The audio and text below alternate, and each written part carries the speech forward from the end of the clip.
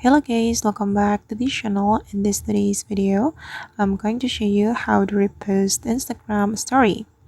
Okay, let's get into it. Here I have opened my Instagram application, and if we want to repost story on Instagram, we have to be tagged or mentioned in someone else's Instagram story.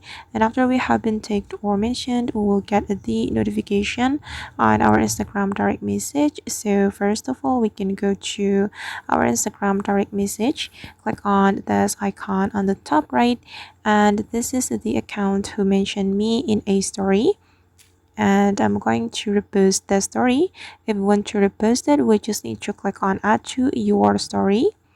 And before we repost the story, we can edit the story. We can add tag, sticker, or music. And I'm going to get the full screen, so we can click on the image like this. Then we just need to click on your story once we're ready to share this Instagram story to our account. Okay, and now this story is being uploaded, and I'm going to track it on my Instagram story.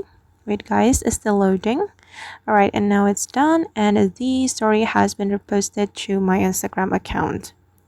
All right guys, and that's how we can repost Instagram story. I hope this tutorial will be useful for you.